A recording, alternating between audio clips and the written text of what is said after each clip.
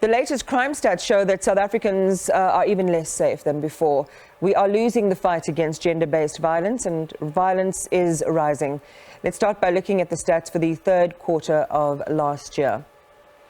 If you have a look on this graphic, we're about to show you that murders rose by more than 10% between October and December last year, and 7,555 people were murdered.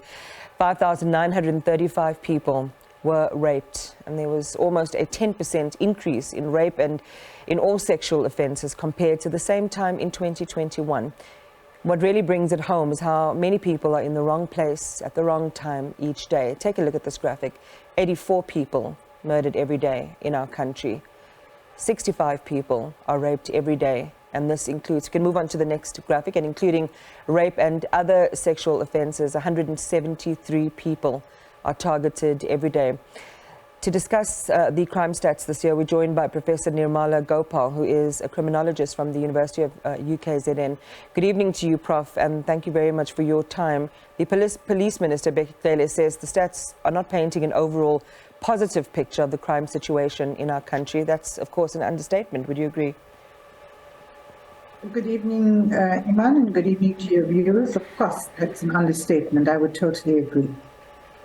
So the police minister was talking more about crimes being detected, but while there might be successes here and there, it shows this trend in losing the fight. As you look at those statistics, what are some of the trends that you're noticing that we have to be paying closer attention to? So the trends for me, I think in the last few years especially, is the number of, violent crimes such as murder and sexual assault especially. I think we're noticing either an increase or we notice that they may remain the same. However, I don't think that that is the full picture, as the minister has rightfully pointed out. And then the bigger question to ask is that why is it not the fuller picture? And what should we do to get the full picture? Well, let's hear your thoughts on those two questions. What are some of the inhibiting factors? We know that, just based on especially some of the anecdotal stuff that we hear, there is, that sort of trust deficit in the police to be able to do something. So we're not seeing an accurate reporting of certain crimes. It could be the lack of availability to access to services in certain areas, especially some of the outlying areas. What are your thoughts on some of these inhibiting factors?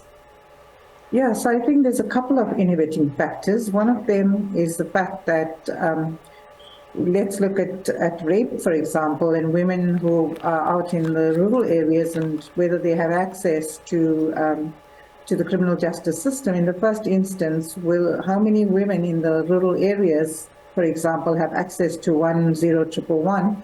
Because you would notice if you go onto the website, it says to you that if you use a landline, then it's a toll-free number, but if you use a cell phone, you've got to pay for the call. And I think that in itself is a huge problem, given the fact that not many people may have the kind of, may have airtime to make these calls. I think that's one huge inhibiting factor.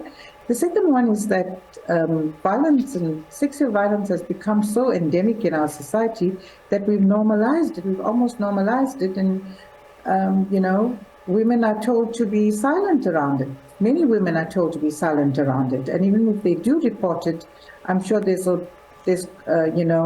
many of those cases that are withdrawn because the perpetrator may either be, there may be pressure from the community, there may be pressure from the family members, or the perpetrator could be financially responsible for the well-being of the family that he has violated sexually.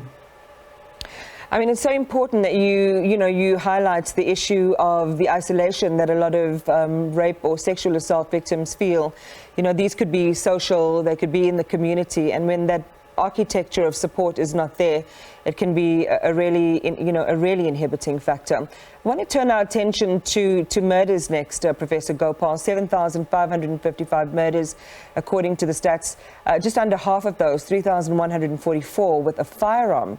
To what extent does the ease with which people can access guns contribute to these numbers? I think to a very large extent, and I may actually, I feel bold enough in saying at least 80% of them. And I think a couple of days ago, I I made a comment in the newspaper to say that illegal firearms are just so easily accessible in South Africa. And we've been hearing recently that South Africa is one of the places where laws are so lenient that it's so easy to commit crimes, and it's so easy to commit crimes using firearms. And I think in some ways, many researchers and analysts have said South Africa has become a mafia state. So if you want to commit a crime, go to South Africa, where you can find a hitman and you would find a gun very easily. So if we look then at the arrests, and I think part of what's missing, and this is a comment again or an observation that's frequently made, is we don't have the ability to take more of that retrospective and that rear view mirror approach on stats that were released in the previous reporting period, for example, and look at some of the some of the factors there that are fueling numbers or areas where no progress has been made. If we look at I think it was just over 500,000 people arrested for various crimes during the festive season, and these for crimes that range from murder, sexual offences, assault and carjacking. But it's important to look at the previous years to see how many convictions emanated out of these numbers. When you do that statistical review and that contrast, Professor, how does it stack up, the levels of arrests and even people going through the system to those that are actually convicted and are spending meaningful time behind bars?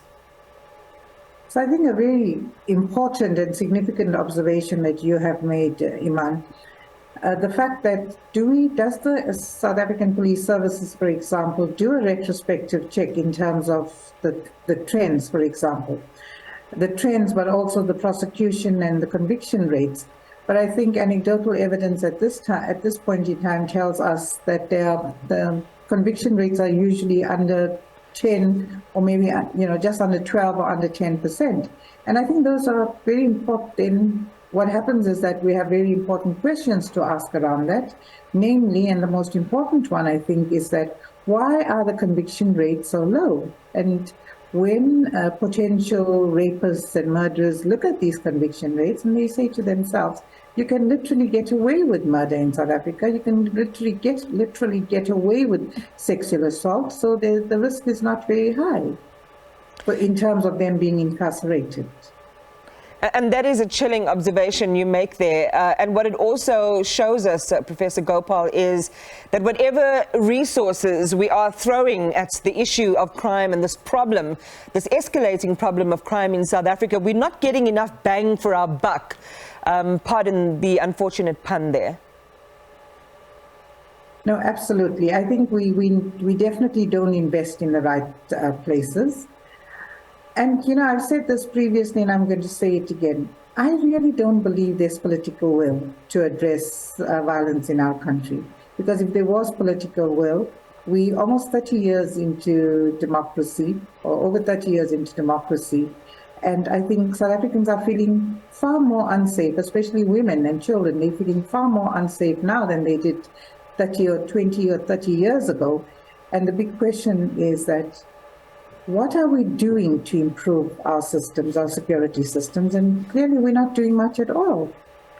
I definitely think, and I think I say this in every conversation with you, that we need a broader conversation that really looks at, all of the nuances, all of those responsible for managing this problem of crime, in a bigger conversation. But I want to look very quickly, Professor Gopal, before we conclude our conversation, on perhaps some areas of light. Now, we saw attempted crime seeing the largest increase year on year, and if you interpret it in another way, it means police are, and they have actually emphasized arrests and preventing crime despite the increases in most categories. I want to ask if there's anything positive here in that stat. In terms of the attempted murder? So, no, I'm saying so crimes that have been sort of stopped in the middle, so to speak, because of police enforcement. Is that something to look at as something positive? Yeah, but we don't know who's reporting those statistics. And I think it's really important to know the methodology through which those statistics are actually being recorded. Because I think what would be important is to juxtapose the attempted crime versus the crimes that have actually been committed and look at how disparate or how close they are. and I think then to do a deeper interrogation of those results, because if it's reporting by police officers themselves, we've got the question to ask them: are those statistics being manufactured or are they real? But I also want to add something which I think is really critical, and we really do so badly with this in South Africa. Researchers, criminologists, policy analysts, policy makers, and SAPs, or the criminal, there is no link between this cohort of people, which is academics, researchers, criminologists, policy makers, and the criminal justice system. And for as long as we don't have the link, it is so difficult to find out what the real picture is, and it's really difficult to find meaningful solutions. And I really don't have any clue, except my own theories, as to why the criminal justice system or the government won't allow, why do they gatekeep these spaces so tightly? Is there no will to start resolving these issues? I always hope to feel better after interviews with you, but I generally don't, and I certainly don't right now. But you raise these really important and sobering points for us to consider, and that the last point you made particularly around the siloized nature, or even the gatekeeping nature of the way information is curated and where it is kept. Certainly, again, as I've said before, you know, we have to have a bigger and more integrated conversation around the problem and scourge of crime in our country. But we appreciate your analysis tonight. Thank you, Professor Nirmala Gopal from the University of KwaZulu-Natal.